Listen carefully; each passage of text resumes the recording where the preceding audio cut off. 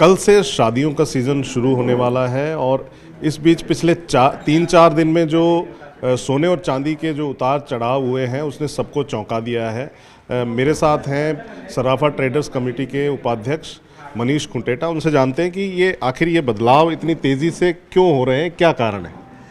देखिए, ये बदलाव बहुत ज़्यादा तेज़ी से हो रहे हैं और इतनी उम्मीद तो किसी को भी नहीं थी। लेकिन मैं आपको बता दूं कि ओवरऑल सोने चांदी में मंदी नहीं है। मैंने पहले भी कहा था कि ये जब भी डिप लगता है तो ये लेने के भाव है। अब आप देखिए, एमसीएक्स 4.20 से 4,20,000 रुपये किलो चांदी से 2,25,000 का लो लगा दिया और आज वापस 2,67 चल रहा है।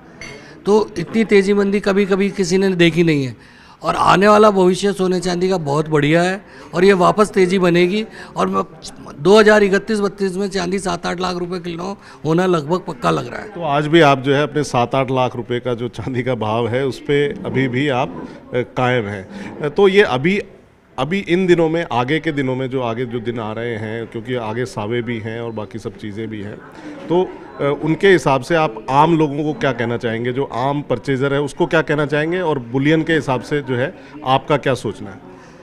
देखिए, आम परचेजर को जो भी ख़रीदारी करनी है शादी के लिए, सबको ख़रीदारी करना तो ज़रूरी है, तो वो कर लेनी चाहिए क्योंकि सोने चांदी वापस बुलिश है और यह वापस बढ़ सकता है। तो बहुत ज़्यादा मंदी में नहीं बैठना चाहिए क्योंकि ऑलरेडी जो अपर साइड है उससे करीब 45% बाज़ार टूटा हुआ है। 40 से 45% बाज़ार टूटा हुआ है। तो इस समय परचेजिंग का बहुत सुनहरा मौका है और परचेजिंग कर लेनी चाहिए।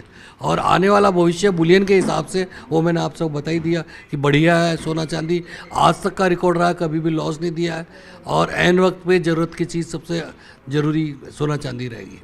तो पिछले दिनों जो लोगों ने जिसको घाटा समझा है या जिन्होंने खरीद लिया 4 लाख के भाव या उससे ऊपर, तो उनके लिए आपकी क्या राय है, क्या कहेंगे उनको?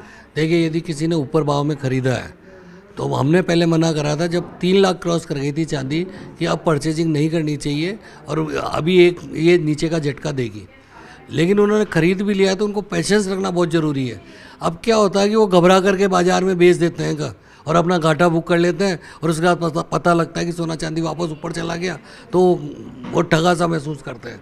तो उनको थोड़ा पेशेंस रखना पड़ेगा। आप थोड़ा पेशेंस रखिए, 4-6 महीने, तो आपको वापस वही भाव देखने को मिल जाएंगे। तो ये क्या सिर्फ जो पिछले दिनों हुआ ये प्रॉफिट बुकिंग है या और कुछ है, या इंटरनेशनल मार्केट में कुछ और चीज़ें भी चल रही हैं जिनके बारे में आप बात करना चाहेंगे? देखिए, गोल्ड सिल्वर एक ऐसा ट्रेड है कि इसमें सब चीज़ें इन्वॉल्व है। इसमें प्रॉफिट बुकिंग भी इन्वॉल्व है, सट्टा भी इन्वॉल्व है और इसका कंजम्पशन भी दिन पे दिन बढ़ रहा है। और इसका प्रोडक्शन आप यूँ समझिए कि ज़मीन है, ज़मीन आदमी बना नहीं सकता।